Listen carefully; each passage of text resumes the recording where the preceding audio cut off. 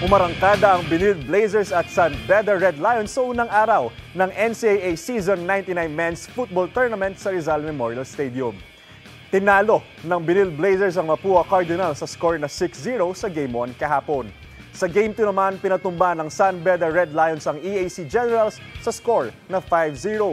Ayon sa mga kupunan, iba ang gigil na makapaglaro muli sa unang pagkakataon pagkatapos ng 4 na taong pahinga dahil sa pandemya.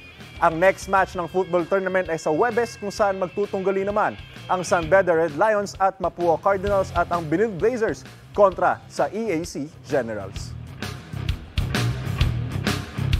Kapuso, para laging una ka sa mga balita, bisitahin at mag-subscribe sa GMA Integrated News sa YouTube. Sa mga kapuso abroad, samahan nyo kami sa GMA Pinoy TV at sa www.gmanews.tv.